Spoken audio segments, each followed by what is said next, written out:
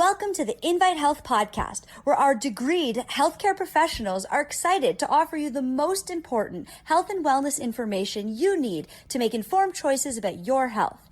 You can learn more about the products discussed in each of these episodes and all that Invite Health has to offer at www.invitehealth.com/podcast. First-time customers can use promo code podcast at checkout for an additional 15% off your first purchase. Let's get started.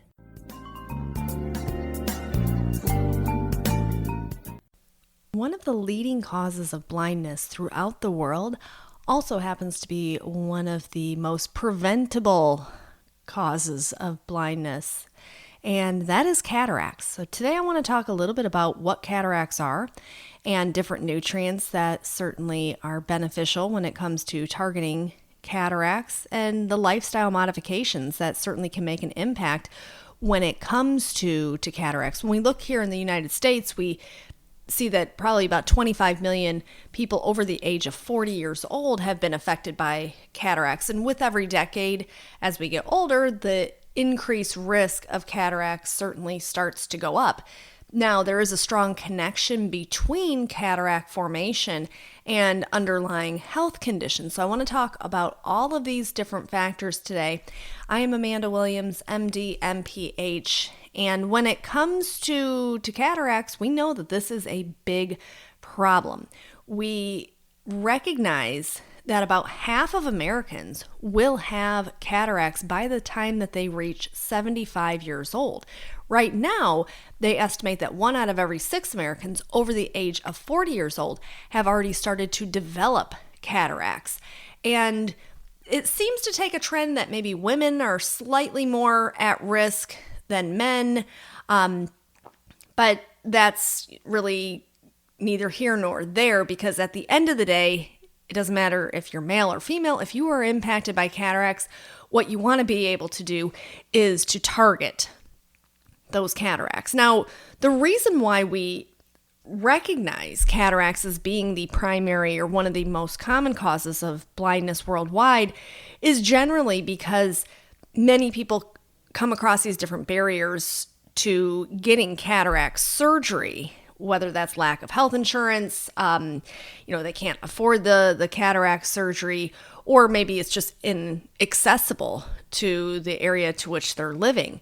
Now, when we see these types of things, that's really frustrating because you think, oh gosh, people are losing their vision because of lack of access to something that can be very treatable. Now, as I mentioned in the beginning, we always have to look at those different lifestyle modifications. We know that when it comes to risk factor, age clearly is a risk factor because, as I mentioned, with every decade, we have an increased risk.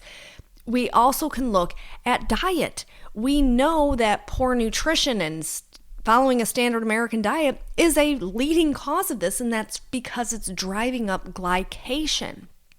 So hence, diabetics are going to be at a greater risk.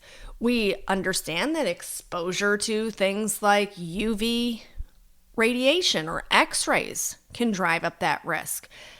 Certainly, smoking and drinking can drive up that risk.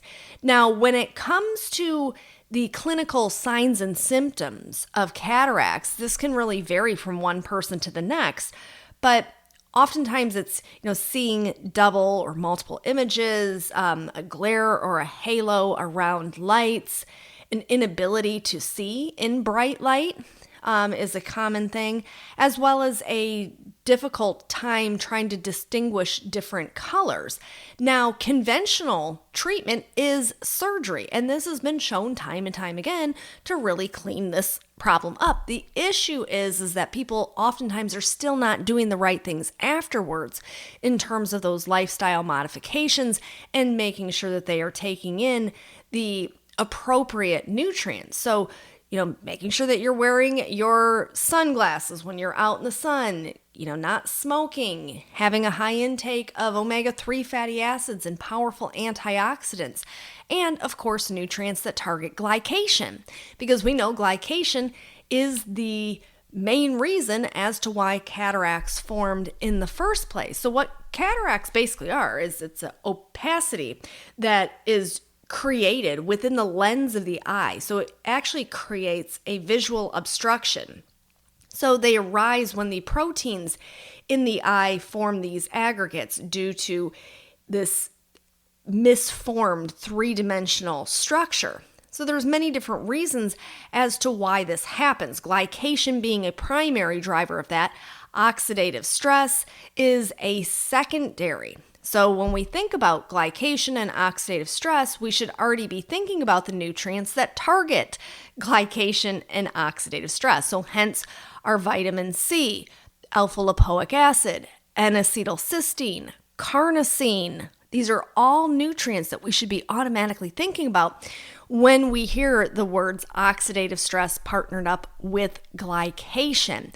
So being able to do our due diligence when it comes to targeting cataracts is something that I think needs to be expressed more and more, as opposed to just telling people, oh, well, just wait till you get the cataracts, then we'll do the surgery.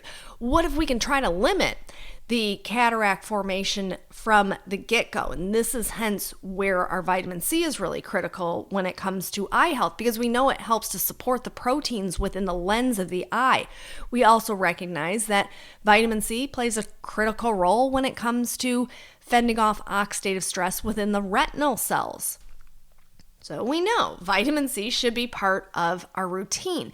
Now, glutathione, this has been studied quite extensively when it comes to preventing oxidative damage within those proteins within the lens of the eye. And they actually did a study over 20 years ago talking about how glutathione is this vital lens antioxidant, and that when we do not have a high enough concentration of glutathione within the lens, that this is going to disrupt the function and this essential antioxidant, which is vital for the maintenance of the health of the eye itself. We are certainly at this greater risk for that cataract formation to start to occur.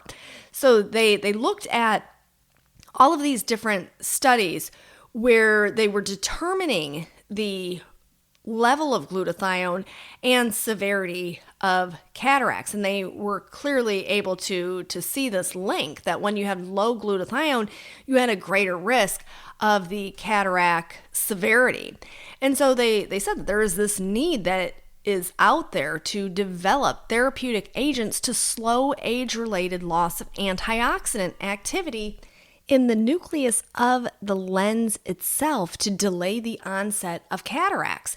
So, yeah, there's a lot of information out there telling us that this is the leading cause of preventable blindness in the world. And it's this loss of antioxidants, these naturally occurring, the depletion or the failure of those antioxidants to be able to offset that oxidative stress in the reactive oxygen species and the glycation is a big problem. So we look at study after study in the Journal of Pharmaceuticals. They were looking at the current trends in pharmacotherapy of cataracts. And once again, it came down to antioxidants. And that focus needs to be on heightening the body's antioxidant capacity and being able to ease inflammation throughout the system. Because we know inflammation, glycation, these are all driving forces when it comes to destruction at that cellular level. So when it comes to cataracts, what are the things that we should be doing?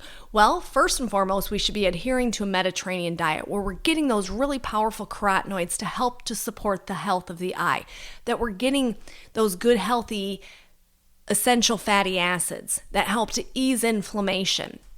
And once again, fend off oxidative stress.